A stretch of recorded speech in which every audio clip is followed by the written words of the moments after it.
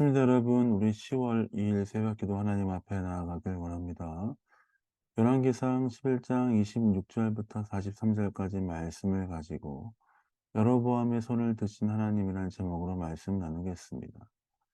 솔로몬은 모든 일을 잘 완수하였습니다. 성전을 짓고 또 자신의 왕궁을 짓는 일, 20년이 넘는 그 일들을 모두 완수한 이후에 하나님께 너무나 멋지게 그것들을 올려드리고 하나님의 귀한 임재가 함께하는 장면을 보게 되었습니다. 그러나 그 솔로몬이 모든 것을 완공한 이후에 하나님께서 여러 번 말씀하시면서 악한 길로 떠나지 말 것에 대해서 강조하셨지만, 그럼에도 불구하고 솔로몬은 마음을 돌이켜 하나님을 떠났다라고 이야기하고 있습니다. 솔로몬에게 다윗의 길, 내 아버지 다윗의 길, 또 너희 조상들에게 이야기했던 하나님의 말씀과 언약을 따르는 길로 살아갈 것에 대해서 말씀하셨지만, 솔로몬은 마음을 돌이켜 하나님을 떠났습니다.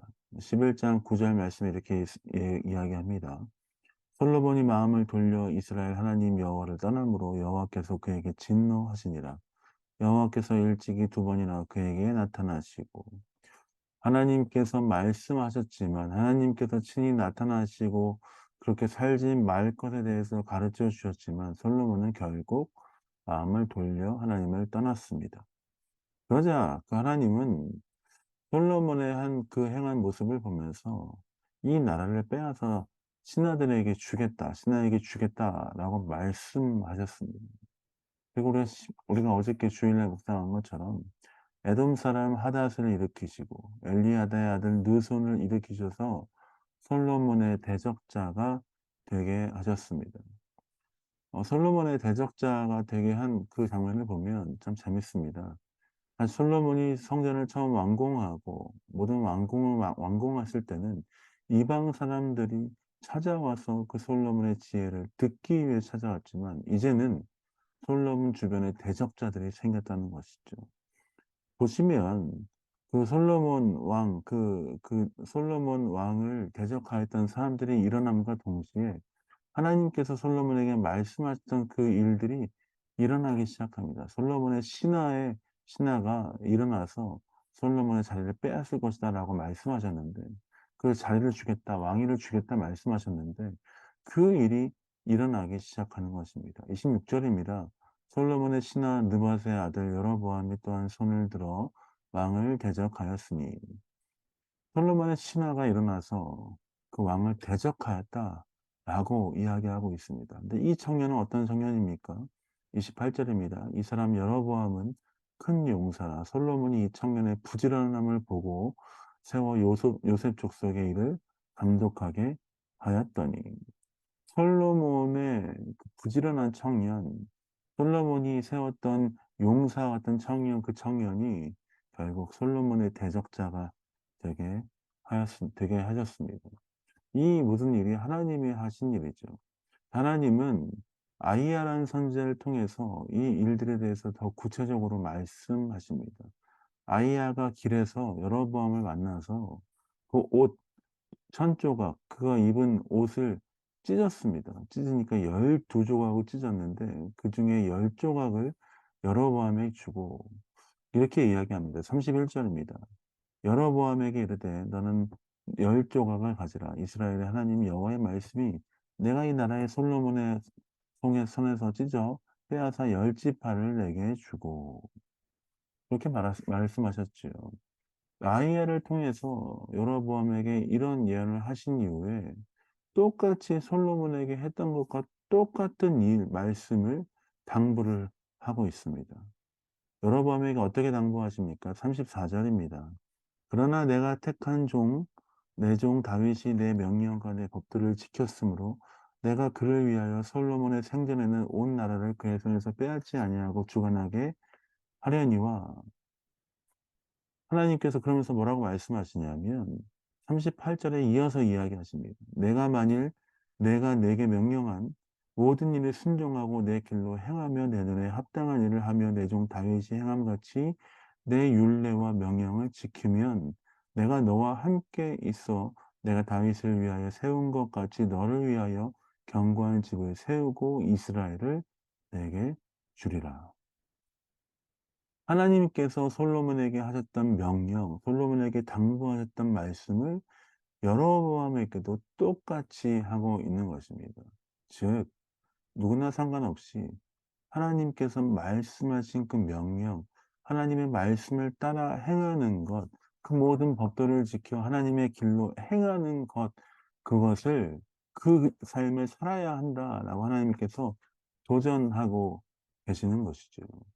솔로몬에게도 그렇게 말씀하셨고 여로보암에게도 그렇게 말씀하시고 또 그 위에 다윗 왕에도 그렇게 말씀하시고 사울 왕을 포함한 많은 이스라엘 백성들에게도 그렇게 말씀하시고 모세에게도 말씀하시고 또한 지금 이 말씀을 묵상하고 있는 우리에게도 동일하게 말씀하십니다. 사랑하는 아들아, 사랑하는 딸아, 내가 내가 명령한 그 명령, 말씀, 법도 하나님께서 주신 계명을 잘 지켜 행하는 삶을 살아야 한다. 믿음으로 사는 삶을 살아야 한다. 그러면 내가 너의 하나님이 되고 내가 너를 지켜주겠다. 내가 너와 영원히 함께 하겠다는 그 약속을 이 말씀을 묵상하고 있는 지금 우리에게도 동일하게 하시는 것입니다. 사랑하는 벨리 영광교회 성도 여러분, 하나님은 다른 어떤 것보다 한 가지 명확한 것들을 원하십니다. 그것은 무엇이냐면 우리의 삶의 중심이 하나님께 가 있는가? 우리가 정말 하나님의 명령과 법도를 따라 행하기 원하는가? 주님의 길로 가길 원하는가? 그 길을 갈 것인가?에 대해서 주님 계속해서 물어보고 계십니다. 요즘은 옛날 같지 않아서 참 여러 가지 우리의 삶의 위안을 삼을 것들이 많습니다.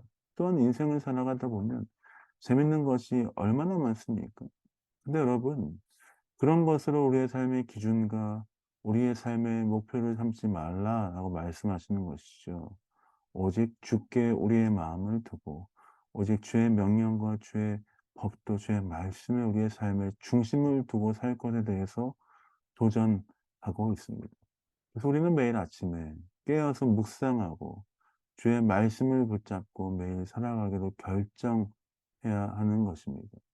사랑하는 베를린 영광교회 성도 여러분, 새 아침이 밝았습니다. 오늘 이 하루도 우리가 주 앞에 결정하며 주 앞에 다짐하며 나아가십시다. 주님, 세상의 어떤 것들보다 내가 주의 말씀에, 주의 명령에, 주의 계명에 나의 삶을 두고 하나님 중심의 삶을 두고 살아가는 삶 되겠습니다. 주님, 우리와 함께 해 주십시오. 붙들어 주십시오. 인도해 주십시오. 그렇게 기도하며 주 앞에 다짐하며 나아가시는 여러분 삶 되시길 예수님의 이름으로 축복드립니다. 자, 기도하고 새벽 기도 마무리하도록 하겠습니다. 기도하겠습니다. 하나님, 그렇습니다. 때마다 하나님 계속해서 하나님의 백성들에게 동일하게 명령하시고 도전하시는 말씀들을 오늘 함께 살펴보았습니다.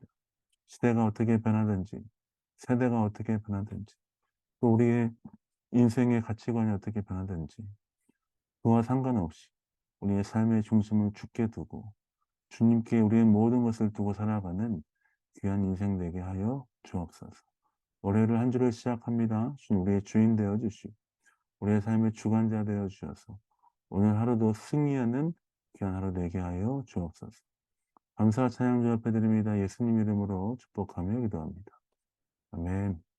사랑합니다. 축복합니다. 오늘도 행복하고 즐겁고 주님 말씀 앞에 지내는 하루 되시길 원합니다. 미가서 1장 4장 함께 읽어주시고 계속해서 일독하는 일에 참여해 주시면 감사하겠습니다. 사랑합니다. 축복합니다.